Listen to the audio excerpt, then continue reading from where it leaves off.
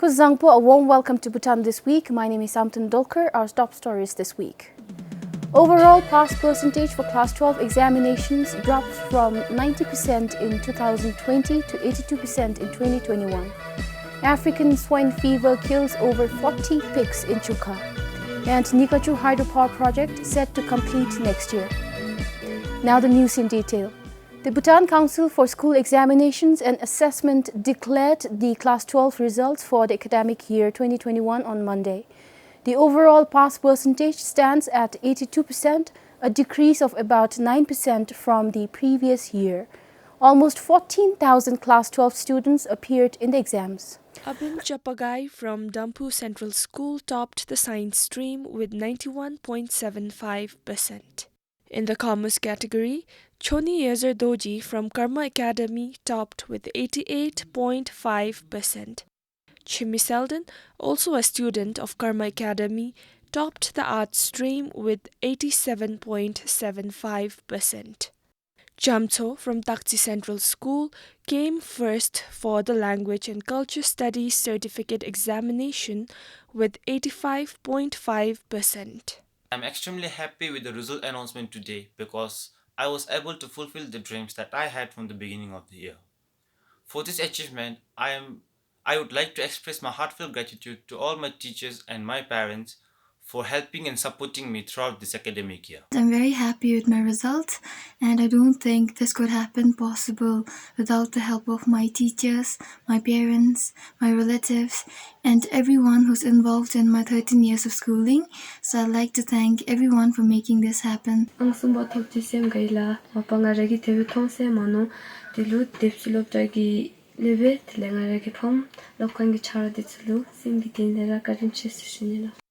Over 93% of the science students have passed the exam, followed by 83% of arts students and 75% of commerce students. There are 80 higher secondary schools in the country. Kinzang Haden, PBS News. The 9-day Tenchi Kurim Jungwachite began on Thursday at the Pangrizambo College of Astrology in Thimphu. The ritual, which was held as a closed-door event for the last 2 years due to the pandemic, is now open to the public. It is an annual ritual performed for the well-being of the sentient beings and the peace and prosperity of the country.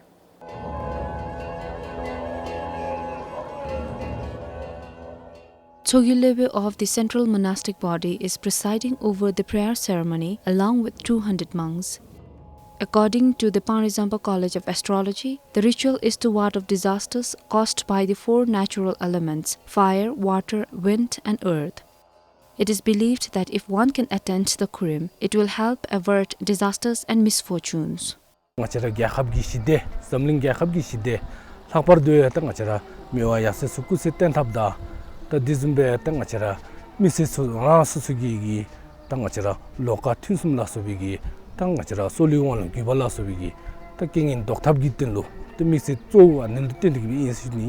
He added that the central monastic body is conducting the Kurim on behalf of the people and especially for those who cannot perform the ritual at home. The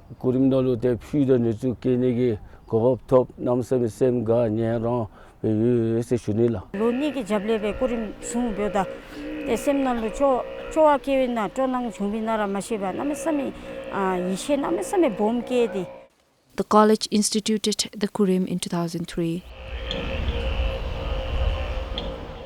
For Karmondi, Sangishizong for PBS News. The opposition party has called upon the government to reconsider its decision to discontinue the post of Gedung. The Drukfinzum Tsokpa said it goes against the resolution passed by the National Assembly in 2019 to retain the post and to base any future extensions on a detailed study. The party said the discontinuation of the post will only hamper the service delivery to the people. Findings of the study done by the local government on the necessity of the services of Gedungla.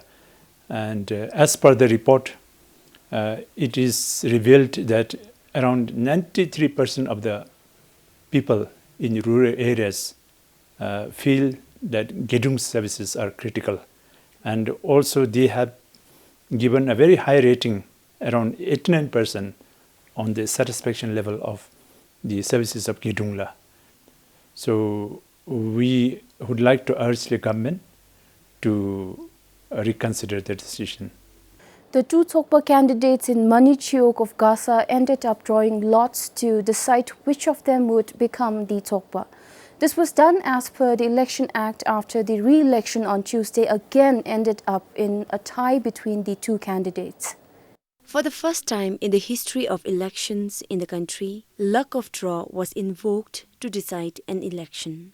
The election was again tied in Manichiok of Khatekyok in Gaza.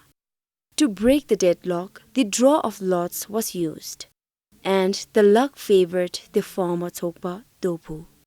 During the re-election, the two candidates running for Thokpa received exactly the same number of votes. Both candidates received 21 votes through the electronic voting machine and 3 postal ballots each. Almost 100% of the total registered voters in Manichiok participated in the election.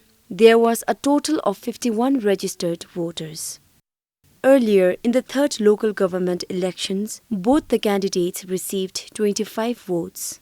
Dopu received 20 EVM votes and 5 postal ballots, while his opponent acquired 17 EVM votes and 8 postal ballot votes. 9 choks in 5 districts of Gaza, Punakha, Sarpang, Tongsa and Wandipoda went to polls yesterday to elect their Thokpa. The results of the third local government elections in these choks were tied. Meanwhile, the poll day for the remaining Demkongs for the third local government elections will be held on the 5th of next month. According to the Election Commission of Bhutan, the seats in these Demkongs are vacant after no candidates stood in during the third LG election last year and due to a few no votes for the lone candidates in some Demkongs. Bimasaldun Singh, PBS News.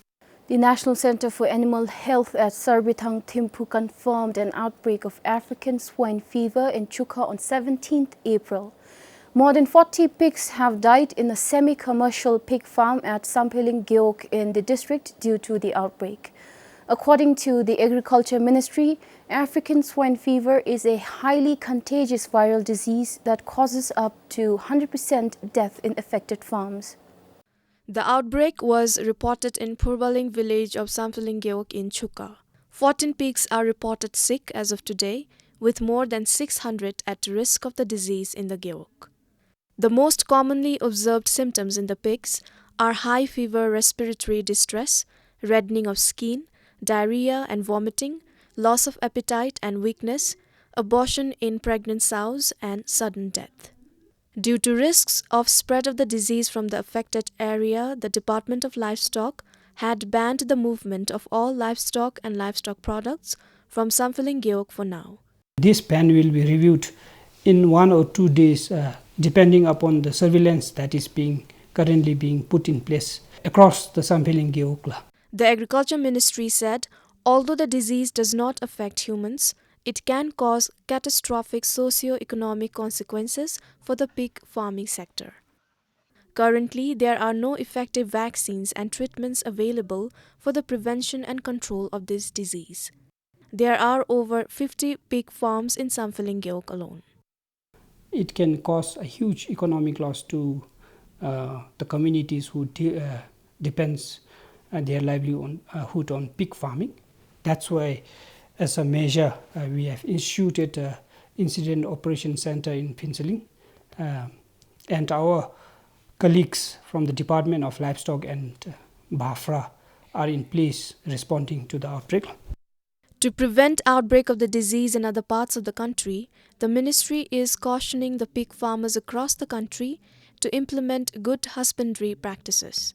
The ministry is advising pig farmers to limit visitors on the farm, use disinfectant food tips, segregate sick animals and avoid feeding untreated swills and kitchen wastes containing pig offal to the pigs. The current outbreak in the country is reported following the recent reports of outbreaks in the region, including the northeastern states of India. For Karma Wangdi, Sonampem for BBS News. The laboratory report of poultry feed suspected to have caused the death of more than 79,000 birds in the country came out recently. However, the analysis doesn't provide a conclusive result as to what in the feed caused the death of the birds. The Department of Livestock referred a total of 75 feed samples from suspected batches of Karma feeds to different laboratories both inside and outside the country in December last year. Poultry farmers in the country started reporting about their birds falling ill and dying in mass back in November last year. An investigation by the Department of Livestock found that a suspected batch of Karma feeds had caused the death and illness in the birds. However, to ascertain the real cause, the department sent feed samples to the laboratories. The department released the report yesterday. Only 21 samples came out to be positive for mycotoxins, of which 7 samples were above the permissible limit. And of the samples that were tested for heavy metals, pesticides and fungicides, microbial content and nutrient content, these feed samples have met all the requirements and we didn't find any issue, except for one feed sample which had higher content of chromium heavy metal. We can't really conclusively say that the content of the feed, particular content of the feed was the problem that was causing morbidity and mortality. He also said that while the post-mortem report suggests feed contamination, the laboratory analysis does not substantiate this claim. However, following the death of birds, Karma Feed started compensating the affected poultry farmers in December last year. According to Senchongil, the director of Karma Feeds, about 500 poultry farmers were compensated until now. The company spent more than 61 million nitum in compensation. Chuni Dhamma for BBS News. The Health Ministry rolled out the second booster or the fourth dose for those in the priority groups on Monday. The priority groups include the elderly above 65 years, persons with chronic medical conditions, all health workers, frontline workers and all outbound travellers above the age of 18. As per the ministry, close to 230,000 people are in the priority group. The health facilities across the country are providing the second booster. Although it is optional for the rest of the population, the ministry encourages everyone to come forward for the second booster dose. The ministry says they have adequate vaccines for the entire population. According to the ministry, getting vaccinated can help prevent serious illness and death and lower the risk of getting and spreading the virus. The vaccine drive will be carried out until the end of this month. However, the health facilities will continue providing the boosters even after the planned rollout period. Meanwhile, some countries such as the United Kingdom, Thailand, Denmark, and South Korea, among others, have already administered the fourth dose to the priority groups to increase protection against the Omicron variant. Kinsang Hladen, BBS News. Now, people in the country can check to see if your bones are more fragile through a bone densitometry test. Bone densitometry is a test that uses X-rays to measure bone mineral content and density to determine whether a person's bones are weak or at risk of fracture. The National Referral Hospital introduced the first bone densitometry unit in the country on Monday. This machine called DEXA scan will measure the density of the bone in terms of whether the bone is healthy or weak. During the scan, the patient is asked to remain still to prevent blurry images.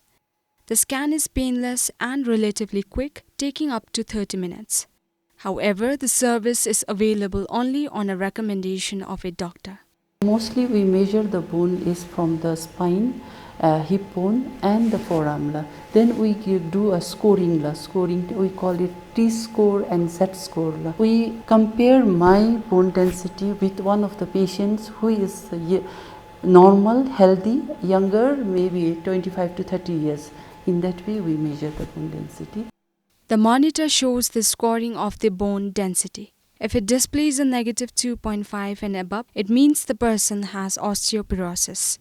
and if it shows a positive number, it means normal.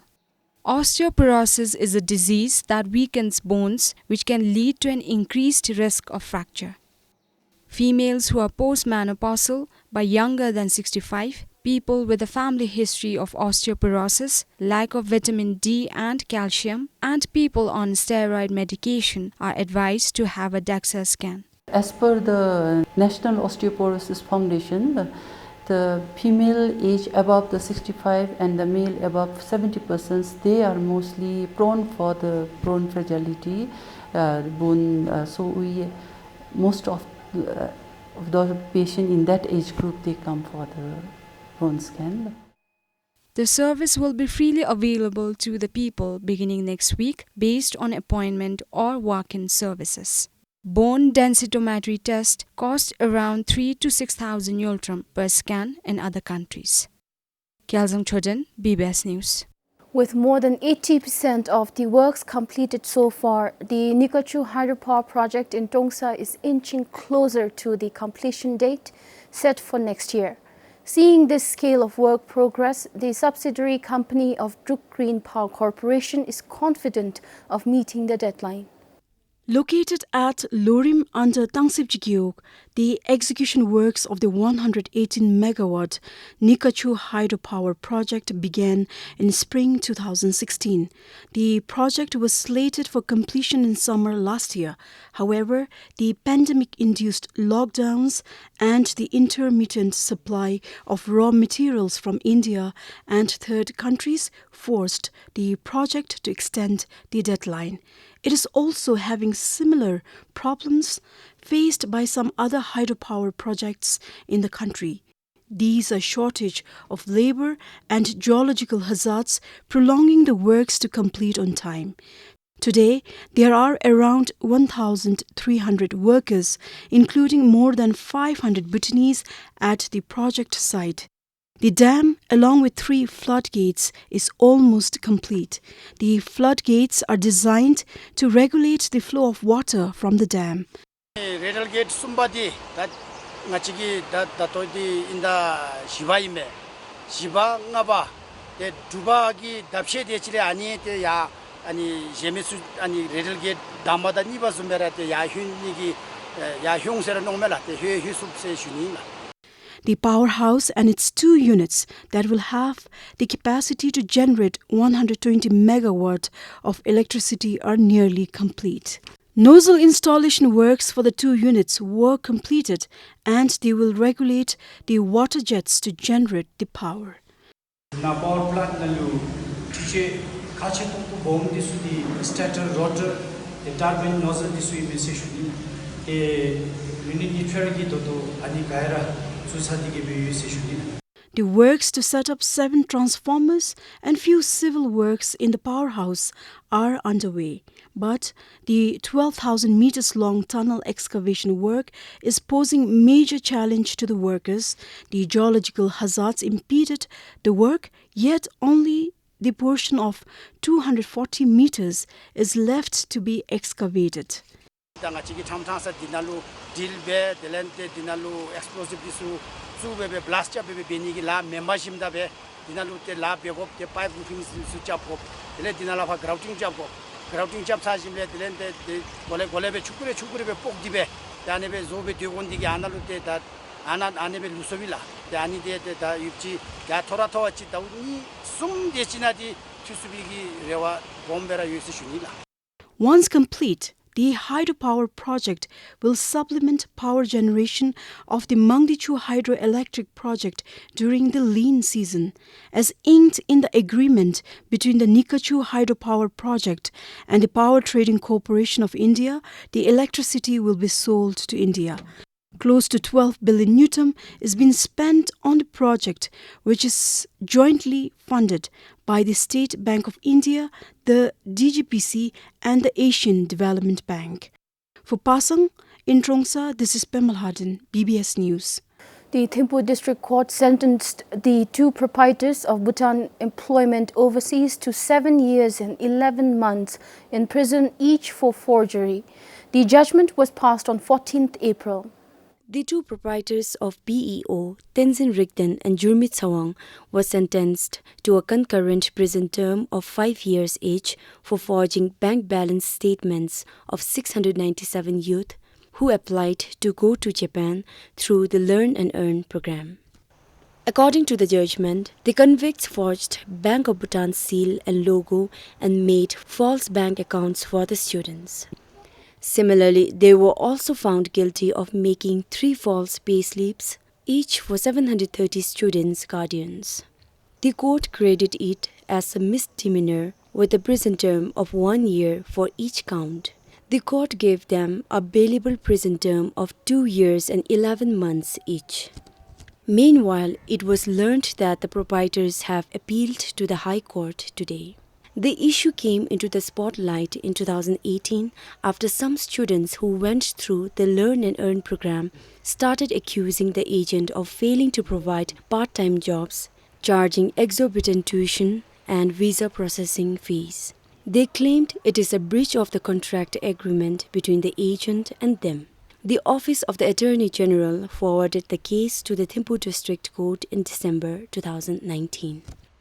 Bimasaldan Singh, BBS News.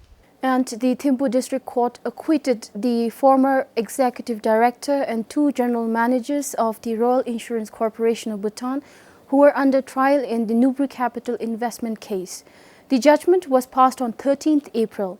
They were accused of irrational investment in Nubri Capital, a private fund management company, and charged with abuse of functions, failure to declare the conflict of interest, and forgery.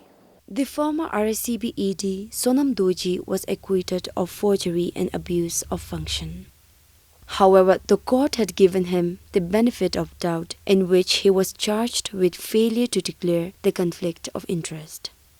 As per the court, while there is circumstantial evidence of conflict of interest since he is the promoter of Nubri Capital, it could not be proven beyond a reasonable doubt. The court therefore has deferred this charge for now. The court also acquitted 2 RSCB general managers, Yishi Jamto and Kinsang Doji, of the abuse of function. As per the verdict, the decisions to invest in Nubri Capital were made by the RSCB's Asset and Liability Committee, including the CEO. The court determined that if 3 defendants were found guilty, the remaining members of the group should also be held accountable. The ALCO of RSCB is the management's top decision-making body. The Anti-Corruption Commission began an investigation into the case after receiving an anonymous complaint in April 2015. According to the ACC's investigation report, the RSCB invested 100 million Newton in Nubri Capital at an interest rate of 9% in February 2013. 3 days later, Nubri Capital reinvested 108 million Newton in RSCB at an interest rate of 11.75%. The Office of the Attorney General forwarded the case to the Thimphu District Court in 2019. Bimasaldan Singh, BBS News. And that's all we have for this week. Thanks for watching. Goodbye and stay safe.